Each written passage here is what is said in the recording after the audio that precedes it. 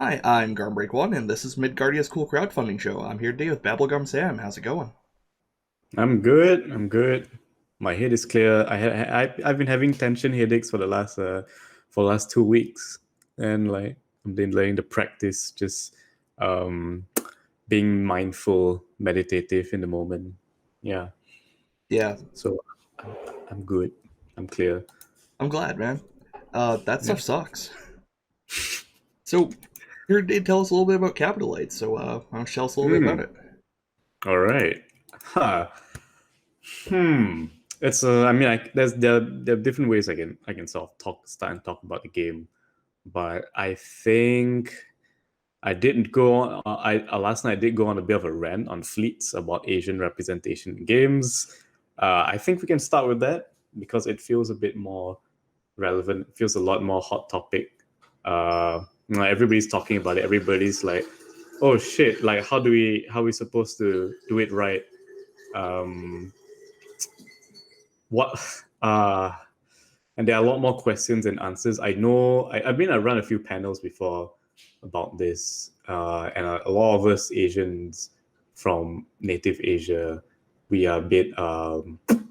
It's very we are quite dissatisfied with how things are going. Not just it's not just an Oriental adventures thing. It's also like the fact that sometimes people hire sensitivity readers just as insurance so they don't get cancelled. Which is, I mean, I don't mind. I mean, I don't mind it, but at the same time, like I is it really, are developers really paying attention? It's not, is it just about not having a disrespectful representation of a culture? It's also asking like, why do you want to have Chinese elements in your game? Why do you want to have Indian elements in your game? It's also asking yourself like, okay, I'm going to do this respectfully, but sometimes being respectful isn't enough. Sometimes you need to be a little bit more conscious about like the meaning, or like like the meaning and the drive behind your game, having those aesthetics or wanting to represent us. Like, it's not enough to have Crazy Rich Asians on the billboards. It's also like, okay, once you have Crazy Rich Asians on the billboards, what other sorts of Asian representations you are? It's not just about having Asians as well. It's a very, you can just keep, it's like a, you can just keep unraveling it, and it keep going, it'll keep going. So in terms of Capitalites, this is my take on the whole thing. This is my take on Asian representation. Yeah, which is, I mean, to put it short, it's a autobiographical work where I am representing me and my friends and my people and the other Asians who are not part of my people, in a way which is 100% authentic. Yeah. So what are the key themes of Capitalites? Haha. Okay. I kind of don't want to rant because I do want to like, I do want to like, I guess, pick your brain for questions also. But like, race is not part of Capitalites. It's not. It's, as an Asian game, it's not a game about race, because when Asian people, I mean, I guess I can't speak for diaspora Asians. I can't speak for Asians who have grown in the US. I can't speak for Asians who have grown in Europe and have faced that sort of discrimination from the institutions. But over here, I think race is still very much a big part, but it's more of a manifestation of two things: class and gender.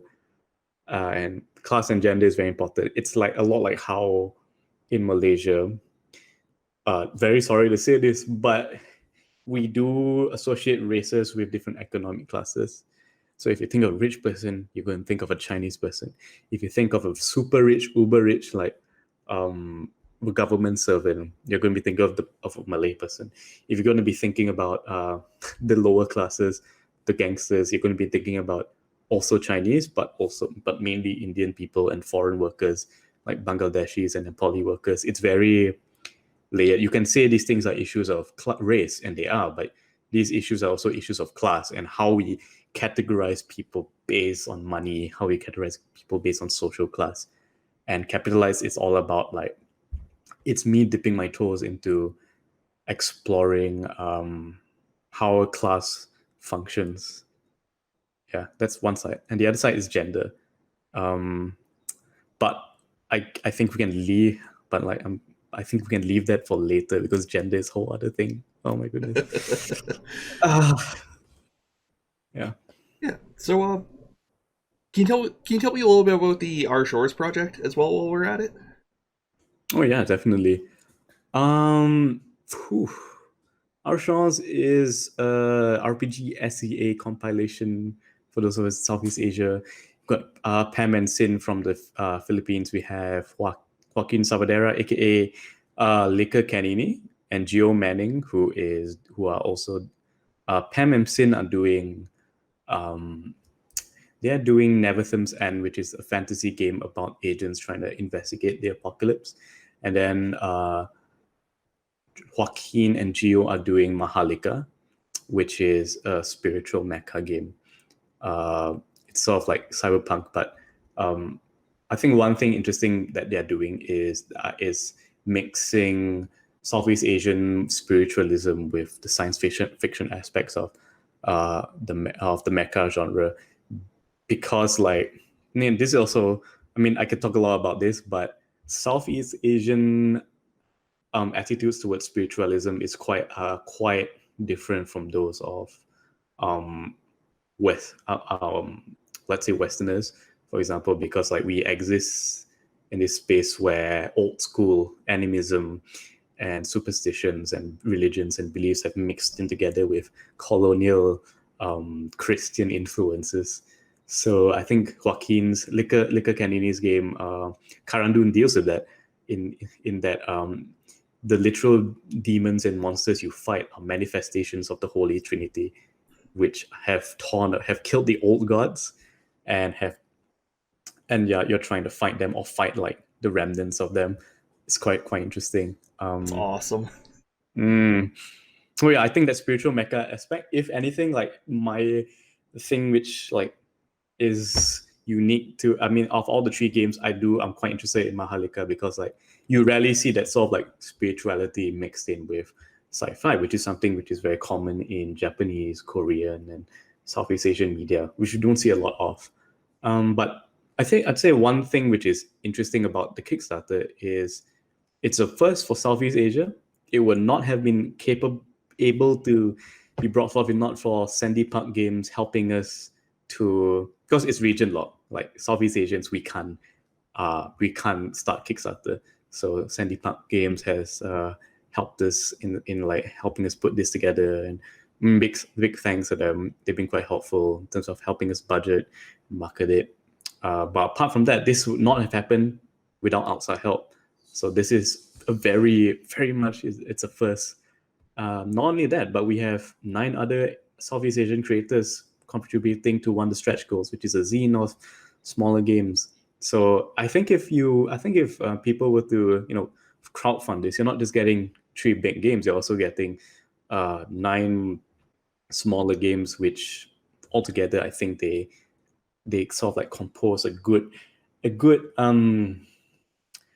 a good representation of what Southeast Asian designers can put forth. Because it's quite different. I mean, Spirit Mechas, that's quite different. Capitalites itself, it is Capitalites itself is a capturing of culture of like a social landscape nowadays, which like people will be nostalgic for 20 years from now. This is like the perfect capturing of what it is to be me, to be my friends living here right now. And the interesting thing about it is that this experience surprisingly is shared by people in the US, people in the Philippines, in Malaysia, Singapore. It's sort of like this universal citywide Asian experience, which is what I set out to do, and I feel like it has captured that. Yeah. Yeah, and it's obviously something that somebody like me, the world's whitest boy, could not possibly make. Yeah, yeah. I mean, that's great, right? I mean, I can't do Lord of the Rings. I'm not gonna do Lord of the Rings. You know what I mean? But yeah, no, there's nothing wrong with that. We all come hmm, from our own unique Mm, backgrounds and experiences. yeah. Um, Yeah. yeah. So why don't we talk about gender before we get into the? I was gonna say before we get into the more personal stuff, but I guess it doesn't get much more personal than that. We're already in it. Oh man. Oof. Man. Okay. I just wanna I think I wanna ask you, like, I'm just wanna gauge, like, no wrong answers, but what do you feel like being a 20-year-old Asian person? What would you think dating is like for us? Like, this is just sort of like a just sort of like to get what I just want to understand what people not here are thinking about. Yeah. uh, I barely know what dating is like for like my demographic. No, um, fair enough. I mean, I I guess I can't imagine it's much different over there than it is here. You know, Mm. um, you go to bars with people that you're interested in. Maybe it works, maybe it doesn't. Um, yeah, I don't know, man. Yeah. I mean, I'm 28 and married, so like that's where I'm Oh, coming okay. from here. Okay. Cool. Yes. All right. So yeah, I guess that you're not wrong. Like, people do go out to bars, people do go and do hookups, but like, I think what makes it interesting is that uh there's a lot of there's a lot of I can't speak for like places outside of where I live from, but there's a lot of ideals, there's a lot of expectations, there's a lot of like just a lot of stuff weighing around this concept of love and gender and sex and queerness, to the point where, like, it's when I get together with my friends, male, female, queer, whatever, we all a lot of times we do talk about sex, we do talk about love, we do talk about dating, because it's just so interesting. It's very relevant to us, and it's so interesting because of how messed up it is. Right? If you, I think Asian people, everyone in the world know about the subtle Asian traits, subtle Asian dating Facebook groups, and like and how like they categorize people, and how like there's this idea that women want people with one man with who are 6 feet tall and above, or who have a six-figure salary, or like have a six or more inch dick, that sort of thing. And in fact, and like, women need to like present themselves in a certain way, like um like oh my goodness, like, we have Asian baby girls who will try and look cool, who put on a lot of makeup and present themselves in a certain way. And then you got the more bookish girls who are more studious and more career oriented. I'm not saying this is like unique to us, but this is just something which I feel like we talk about a lot, and it's become almost like a meme in our community. So like, in terms of gender and dating, like, Capitalites does want to explore all those expectations, and all those expectations and all those dynamics. So we have characters like the career woman. Career woman is all about balancing your personal life and your work life, and how do those things mix and like put the character in conflict. Like, are you gonna like a lot of I think specifically for Asian career women, it's only until very recently that we have the idea that you don't have to be a mother in order to be successful. You can pursue your own ambition. And a lot of young Asian women, like even modern ones, they still have that mindset of the conservative, like, I'm going to find a man, I need to find a good man, I need to find a rich man, I need to find like men who can give me material comfort, and then I'll be his wife, for the rest of my life, and I'll give him children. Like, that's a very it's a very conservative thing. I'm not saying it's wrong, but it's very interesting, because on the other side of the spectrum, you have women who are very promiscuous, women who are like, I'm going to choose my career first and foremost. I'm going to fight for this perfect man. I'm not going to settle for less. I'm not going to settle for less just to get married. And on the other hand, you have girls who get into these patriarchal, very like traditional relationships just because of that ideal that I want to be in this perfect marriage. And then there are people in between, and it's that very, I think it's that Asian like emphasis on family, which is like, which makes it like, either you reject it, or either you embrace it. It's just so, and you have different people in the same friend group, and everybody's like talking to each other, everybody's like arguing, everybody's like, it's just, yeah, I'm trying to capture that. Yeah, I think, and adding on to that, we have different characters like the slut. Now, slut, it's a slur. It's a like it's a terrible thing to say, but there are Asian women here who call themselves sluts, who are like, I'm gonna have sex with this sort of man. I'm gonna fish out for like interesting men, have interesting experiences with them. And I don't care whether you call me a slut or not. I'm going to call myself a slut because this is what's empowering to me. So, regardless of whether they like the phrase or not, they are using it to as a part of their identity, and that's very interesting to me. Another thing is you also have leftovers. Now, this is very recent. Like leftovers are single people in their 20s who have just been brokenhearted and have fallen out of love and have been single their whole life. Um, like and they're starting to feel like their self-esteem is just utter bullshit just because like they don't have a partner, and they hate themselves sorry and they blame themselves sorry. It's not because they're not attractive, not because they don't have value. It's just their identity, that I want to find true love but I can't get it. Something's wrong with me, or something's wrong with everybody else. That is interesting to me. Yeah, Another thing that's interesting to me. Sorry, go on. I was just gonna say, yeah, I can kind of relate to that. I mean, I'm married now, but like, I didn't have a partner at all until I was 25. So, Oh damn. Oh damn. I Shit, I mean, like to. that's because I got really into tabletop RPGs. Damn. Okay, I do want to ask you about that later because I think that's interesting to me. Like dating is interesting to me. Relationships and like intimacy and like expectations and all that are very interesting to me. I mean, yeah, ask away, but you know, may as well finish up the gender bit first. Oh yeah, I'll finish up this last bit first. Like you also have the player. I chose the player as basically a fuckboy. I understand that the word fuckboy has a very terrible connotations, has very terrible meanings. But in Malaysia, like where I am, I mean that's why I chose not to call the player the fuckboy.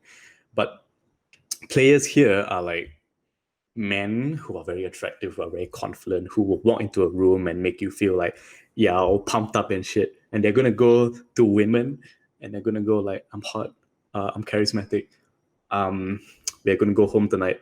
You're gonna come back to my place tonight, and we're gonna bang. And then in the morning, if you get emotionally attached, it's not my problem. That's interesting to me. And then you have there's one last thing. You have like sad boys. There are like three different types of sad boys in the game. Sad boys who are like,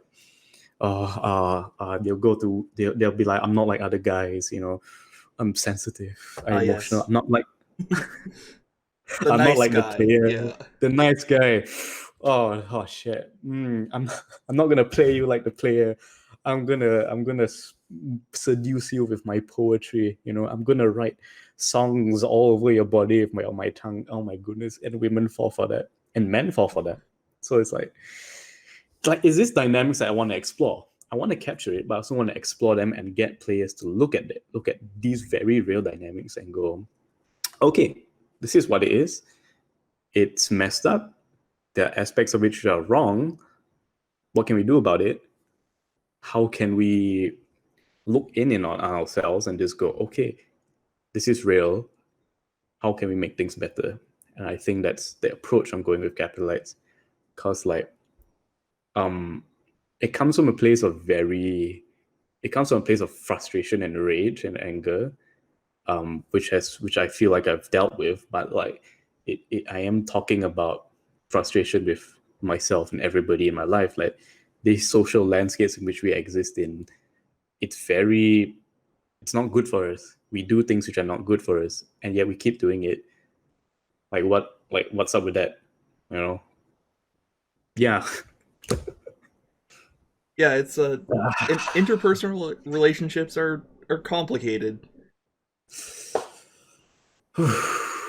Yeah. Oh yeah, tabletop industry. So I do want to ask if you're okay with this. Yeah, for sure. Like, how do you meet your wife in the tabletop scene? That's interesting. So we met playing Dungeons and Dragons. Mm. One of the other things our channel does is a like actual plays of various games, and yeah, the first time I ever spoke to my now wife was playing Dungeons and Dragons Fourth Edition. Mm. My roommate was DMing that, and she was like, "Hey, do you want to play an NPC in this?" And I was like, "I haven't played D&D in 7 years, so yeah, sure." And yeah, then we just kept playing together and got closer, and here we are. Yeah. Huh. What's the point in which you were like, yeah, this is what I want? I think it was probably well, they I live in a different place. Not mm, shockingly, I think it was like probably the first time I think they came up here to see me first, and I was like, yeah, all right, I can work with this. And oh, sorry, so she was the one who took initiative. um, kind of like a bunch of us all live in the same place, and then there's a few Mm, off in America and stuff. Um, mm, I'm Canadian, by the way. mm. Yeah, and it became kind of like a informal thing until I started just kind of calling them my girlfriend. And then at the bar one night I was talking to one of my buddies and they were like, "Oh, you made it official." I'm like, "I guess I should probably ask them if I can call them my girlfriend." And that's how we like started dating. Um, Damn. and then yeah, we got married late last year. Oh, Um, nice, yeah, nice, nice. yeah, How's great can year I for it. ask? You can you can edit this out later, but how's married life for you? Just like I'm uh, genuinely curious. so they're not actually living with me yet. We've got a bunch of Mm, immigration stuff to do. Um, mm. so it's mostly the same, except now I have a nice ring on my finger. Yeah, nice, Um, nice. yeah, Yeah. no, that's about it. Immigration is a long process, unfortunately. Yeah. Especially in today's climate. Yeah, yeah, we Yeah, haven't. We went from seeing each other every like 3 months to once a year because of oh COVID. no. Yeah. Yeah, yeah. COVID has killed my dating life. uh, yeah, I uh, bet. uh, yeah, but I mean, I would say like that doesn't sound toxic at all. That sounds how do I put it? Because like I think bring back to the game, bring back to like the experience of the game. Like holy shit! Like I think I was talking to my friend the other day because I'm 23, my friend's 24.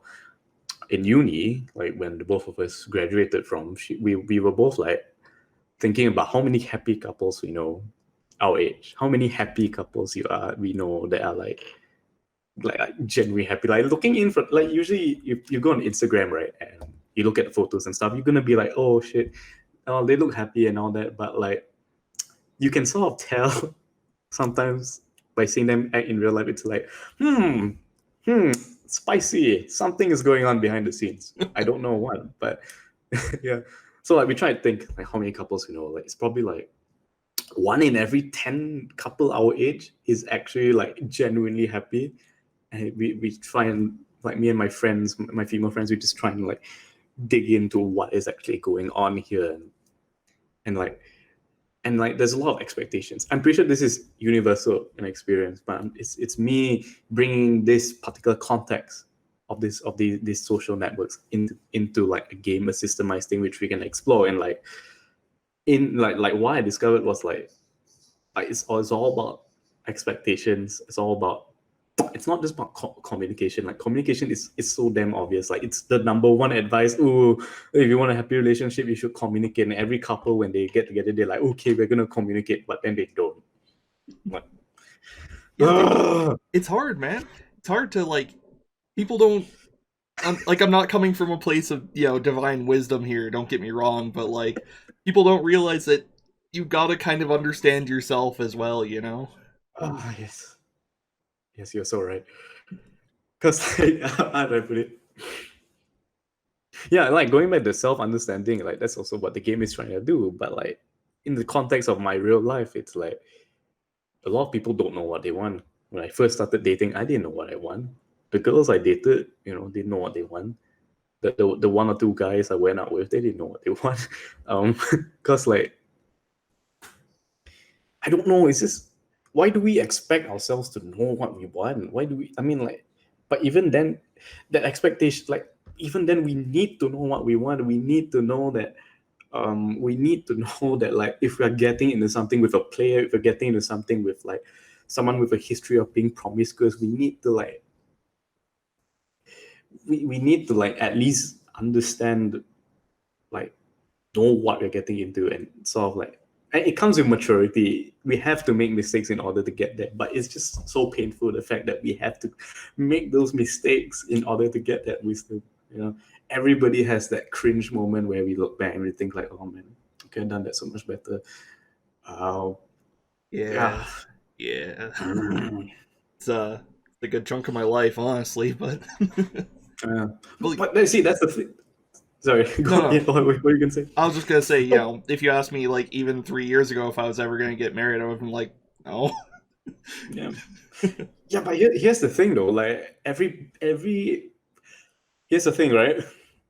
In terms of social interactions, especially as a youth, actually no, as an adult as well, but as like in the context of this, everybody assigns everybody else a number, like from 1 to 10 in our heads, regardless of whether we admit it or not.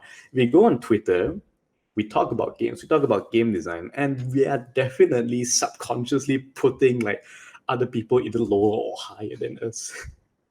it's it's a terrible thing to say, but it's true, because like oh shit, like you go to a big designer and go like, oh shit, it's you, and then they're like, yeah, it's me, but you're putting them, you're assigning a number on their head and going like it's 10 out of 10, or you're going to like someone you don't like and just going like, yeah, there's a 2 out of 10. And same thing goes with dating, like everybody is doing it. That's the thing, like the leftover is probably gonna be like, ah shit, I'm a 3 out of 10, like no one's gonna love me. The hot chick who is everybody sees is a 9 out of 10. The hot chick who is like like probably a model, probably a fashion model, probably like a local pageant queen. Like they're probably feeling the same way. The guy who manages to seduce a lot of chicks, he's probably feeling the same way. Like he's probably feeling like everybody's better than me, or he's probably jealous of his less attractive friend who is like in a more like it's so weird, because like no matter how high up you are on the social status, or on the money status, or on the sexy status, you always have to struggle this image or this issue of self-worth. You know, you have the crazy rich kid in the game. The crazy rich kid is basically someone from Crazy Rich Asians. They exist. I know a few of them, and like their issues are so like, oh my goodness, like they have all this money in the world, and once you have everything, like what can you do with yourself? If your parents are so rich and so successful, how are you going to live up to them? Or how are you going to carry forth their legacy? Or like, you have a million different questions. Like, you have everything in life. So what are you going to do with your life? At least a person coming from a working class background can build themselves up, which is, and they have that sense of urgency. People who grew up, like I grew up middle class, like I understand that sense of like working hard and working smart sort of thing. And like I understand that. But for someone who has had things come easy for them, like what do you do with your life now? What do you do with your life? Like, I can go overseas and I can go work for MNC. I can go work for Google. Okay, and once you get there, what are you gonna do with yourself? It's always like, and it's like everybody is insecure. Yeah, because again, nobody knows what they really want. Yeah. Oh my goodness, it's so, I'm very passionate about this, because like this is the true representation I want to see. I want to see Asian people as being real people. I don't want to dress up in like a ching chong cheong sam ang pao outfit and just go like, oh, hey, look at me. I fight with a tao, and I hunt vampires and shit. That's fine. That's my mythology. That's our mythology. It's interesting. It's fun. But are you seeing me as a person? Are you seeing Asian, Indian people as real people? I'll even go forth and say and go and say this. Are you seeing, do white game designers see white representation in their games as real people? Are your characters real people? Is like, if you're running a dungeon crawler, like what is the heart of what you're doing? Are you just trying to play the game just to feel powerful? Are you trying to give like a meaningful experience on the nature of combat, on nature of war, nature of violence? If you follow me for quite a long time, you'll know that violence is something I'm very interested in, because like people have it in their games, but they don't explore it. They don't like killing a dragon. It doesn't stop at killing a dragon. Like you're upsetting the it's like the ending of it's like the third act of the Hobbit. The dragon is killed, yes, but you have this pile of gold left that the dragon has left behind, and everybody's good. And you can argue that everything that happens after Smaug dies is even more violent because of that power vacuum. Like everybody's wanting that gold, and like yeah, I mean, and social interactions, dating is violence because again you're putting numbers on people. You're trying to like demean yourself and or demean other people, and you're like, is this person good enough for me? Or you're thinking, am I good enough for this person? And what's given me confidence in dating is like knowing that the other person is probably feeling the same way, and I just go and I'm like, yeah, it's a process, and that's why I want to see in more games. It's not just Asian representation; it's just good representation. It's good, honest, human representation. Yeah, I mean, I gotta be honest. I play tabletop games to hit things with a sword. I mean that's fine, but yeah, like games themselves, they can do more than that. Yeah, no, absolutely. I Mm, mean, I say that that's definitely not quite true, but that's like my main motivation in an individual mm. session. But Same. yeah, I always play like a fighter or something. It's like I don't care about I want to hit this with my sword and punch a bad guy. But I mean, that also appeals to the very like childlike sense in which we want the good guys to win, we want the bad guys to lose. Yeah, Like, I mean, yeah, that's fine. That's also bad because when I play games, I'm also like I'm very murder hobo-ish. I get yeah, but there are many different dimensions to this, you know. yeah. Um, But yeah, there's a ton of space for talking about the consequences of the violence that you have wreaked upon the world. You know, like we saw with mm, the fall of the Soviet Union, that power vacuum led to a lot of trouble. mm, Um, yeah, yeah, I think it's also like what I think one thing I like to explore in like even when I'm like playing a hack and slash, right? Like a dungeon crawler, I'm also thinking something I find helpful to think about is like why am I doing why is my character doing this? Like I mean sure you want my character wants to be more powerful, but why? What sort of like socially alienated person would want to go out into the wilderness to kill stuff? yeah. The classic well-adjusted people don't go adventuring. Yeah. And see that's interesting to me. Um but yeah, that's part of like why I designed Capitalites because I want to explore that real life violence of like, sure, it's fun in the game to go out and fuck. It's fun in the game to go out and like make cash and buy a Lamborghini and have like a party on like Marina Bay Sands and top of a casino and just going like absolutely like all out with your spending. It's fun. It's fun to live that power fantasy of having a stable job and Oh yeah, and a stable income and like having a stable dating life. It's fun. But at the same time, like there's a lot of room for you to do that, and at the same time, look at what's going underneath. You know what I mean? What's going underneath as a player or underneath as a character, uh, and create empathy to those people who you feel are different from you. You know, like the lonely high school nerd who stays in his basement and plays video games. You would find like if like persons like that, you'll find that you have a lot in common with the cheerleader. You know what I mean? That's so interesting to me because like at the core of it, both people are struggling with identities. The football jock is struggling with identities. You know, you're struggling with like everybody's struggling with some sort of awkwardness or some sort of anxiety or some sort of expectation. And if everybody just came together and went like, okay, we all have this problem, and like we can connect over it. So like I mean I grew up as like a homeschool geek with like I was good at my studies. I was good at like I had a lot of interest. I was into Doctor Who. I was into RPGs, all that sort of stuff. But when I went to uni, like I met people who are very different from me. I met cheerleaders, you know. I met like entrepreneurs. I met all the sorts of people. And by then, I realized that like I think my general interest in people, my general interest in like people in human lives, just sort of like kicked in, and I just went to different sorts of people and realized that I could empathize with them. I could relate to people who had totally different life experiences with me, and it was great. And like I think that's the attitude that I want to promote with Capitalites as well. The fact that like you can be hot shit, you can be a celebrity, you can be like everything, but like what makes you what you have in common with someone who is what do you have in common with someone who is like totally not like you, someone who spends all day in the office, has no need for fame, has no need for anything.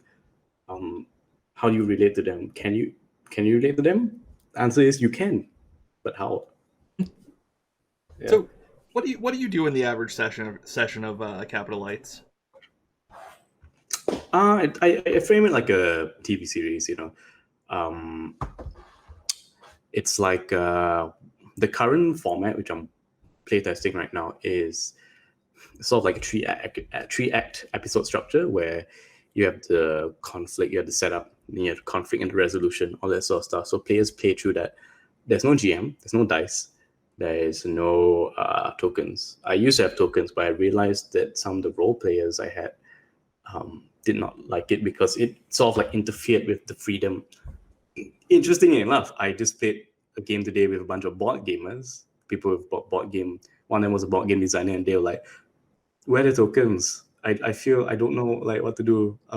So a current problem with me right now is trying to structure a game in which it's free enough for role players, but directed enough for new players to come in and just go like, "I know what to do." But yeah, generally you just role play and you describe what happens. If you want to put yourself in a car accident, you can. If you want to break your own heart, you can. Because there's no fail or succeed resolution system, there's only ask a question which goes, "What's most interesting to me right now?" And we discuss it as a team, as a table. It's a lot like a LARP. It's a lot like Jason Morningstar's Fiasco. That's probably a very good that's a probably very good comparison, because Fiasco has none of that, and Fiasco just relies on prompts, and Capitalites does also rely a lot on prompts. Capitalites is also a lot like Good Society by the Story Brewers, which is a Jane Austen RPG, which originated from a LARP.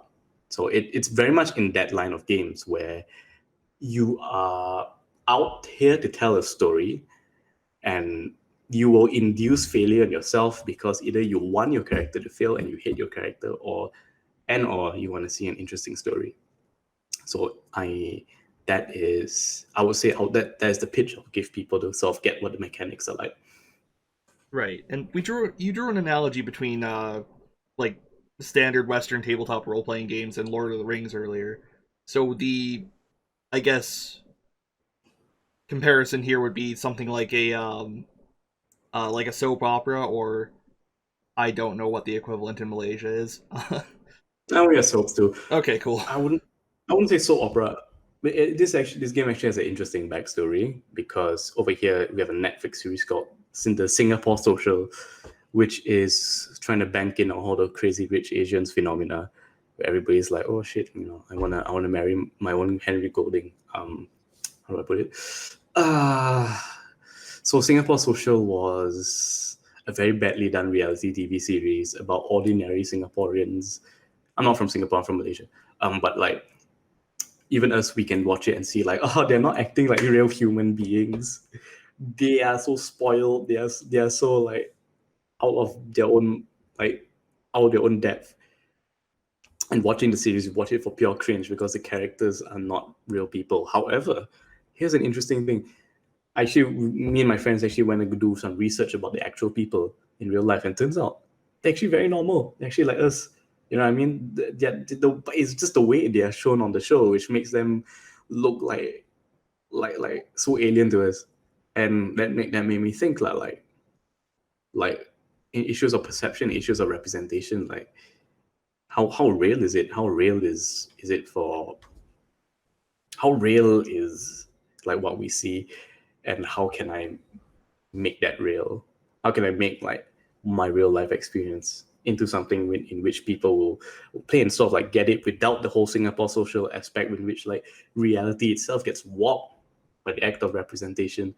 So that's what I explored, and that's how the game came about. Because I was like, what would a real reality TV show look like? Yeah. That's cool. I like that. And yeah, that sounds very much like, well, most reality shows.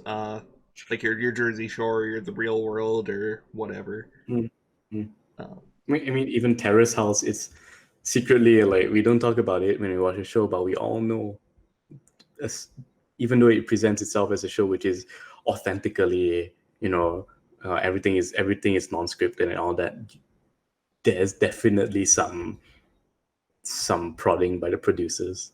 You can't escape it. So yeah. yeah, it turns out just kind of filming people wandering around the house is not actually that interesting. No, no. Honestly, Uh, yeah. So yeah. well, this is quite the project, and as we mentioned earlier, it's part of the Our Shores anthology, which is on Kickstarter soon, January 19th. January 19th. All right. Um, yeah. Do you have any final words you'd like to say? Damn. Don't. Okay, here's the thing. I wanna be a bit spicy here and just go like, don't just buy all games because you're Asian. Don't just buy Capitalites because it's Asian. White people can play the game. You can play a white person in a game. It's fine. But like, I'm saying it's Asian because of the perspective in which it's being written. And like, it comes across in very subtle ways. And I think with Nevertham's End, like from what I know, like even though on the surface it may not have like the ching chong aesthetics, it may not have that aesthetic, but like it's still very much Asian. One, because the people who are making it are Asian. Second of all, because like it a lot of things have in specific to like Pam and Sin's experience does inform the game, regardless of whether they are conscious of it or not. It does inform the game, and it's very, these games can be very these games, no matter, even though you don't have that mythological cultural aesthetic, they're still going to be Asian. And I don't want you to just buy the game or just look at the game because, oh, look at all these cute little Easterners making something unique. Oh wow, they're so unique and so clever. Like I don't want that. I want you to just go like, okay, this is a good game. This is an interesting game. I want you to go like, I want you to take interest in the game because you're interested and because you're interested in like the stories we are trying to tell, not because we are Asian, but because of like because of the quality and like the honesty of what we are making. Like we have 9 other games from people from Indonesia, from Singapore, from Malaysia, and the Philippines. Like all that, like I'm not gonna say how different they are from Western games or from like black games. Like I it's something that I think people should approach to explore. People should approach to with an open mind. Not because we're Asian, but because like there is a quality there which cannot be found elsewhere. Again, I'm not a dancing monkey. We are not dancing monkeys. We are not that dress up in costumes and do our dance for you. Like this is my life. Capitalize is my life. And here's the thing: if you play Capitalize, like you or anybody else who is from like a non-Asian heritage, like, and they play the game, I feel that there's a lot of things you could empathize with in the game. There's a lot of things you go like, oh shit, that's like my life. That reminds me of someone I know. That reminds me of an experience I had. That in itself is it's like cross-cultural empathy, and you realize that like, yeah, I mean it's that's the goal. It's Yeah. it seems like the running theme here is a combination of unique perspectives from upbringing and also a distinct essential humanness. Is that kind of fair to say? For Capitalites, For I mean, Capitalites, yeah. yeah, yeah. Here's the thing. Okay, I don't want to go on for too long, but I remember like Oh talking no, to it's fine. someone and like and another Asian person, they're like, maybe you should just put a disclaimer at the beginning of the game and go like, maybe like, this is not for you, white people, this is not for you. But I went home and I thought about it. I'm like, no, I'm not here to make myself distinct. I'm not here to point out my difference. I'm here to tell my story. And guess what? The truth is, my story has white people in it. There are white people here in Malaysia. There are black people here in Malaysia. I have white and black friends. I have people from Japan in my life. I have people from Korea in my life. Like, I don't. That's why race is not a thing in the game. That's why the characters we have for artwork, they are not. I don't point out what race they are.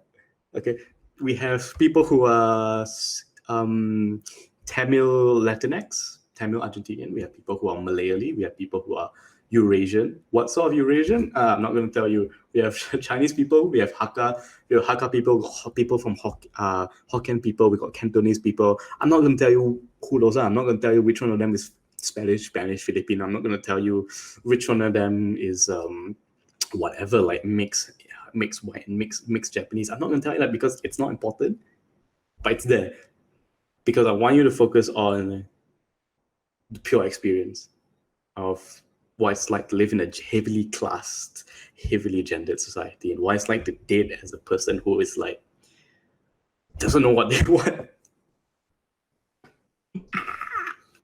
It's a trial for sure. It's not a perfect game, but like I want to try it. Yeah.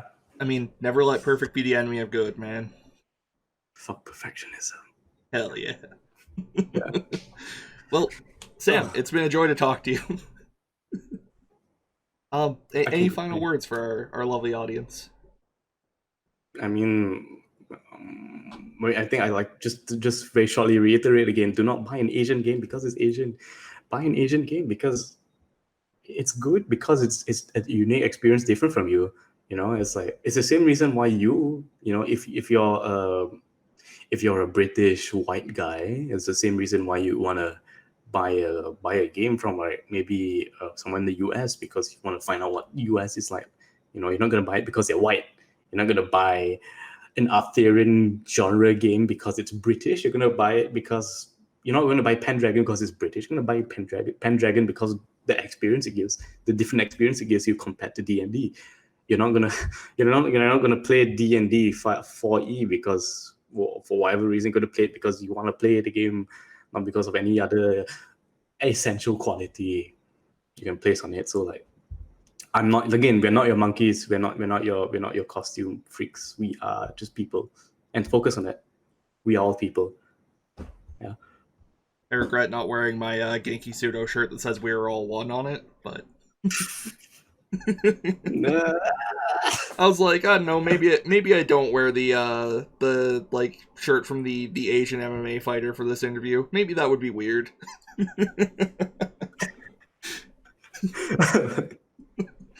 I think way too much about which shirts I put on before these interviews, man. But it's okay. Look at me. I actually didn't know this was going to be video. I actually didn't know this was going to be video. If not, I would have dressed in something which is not something I slept in. This is a horrible color of purple. This is a horrible sweater. But you know what? Since the video ran on, I'm not. Well, I mean, why bother?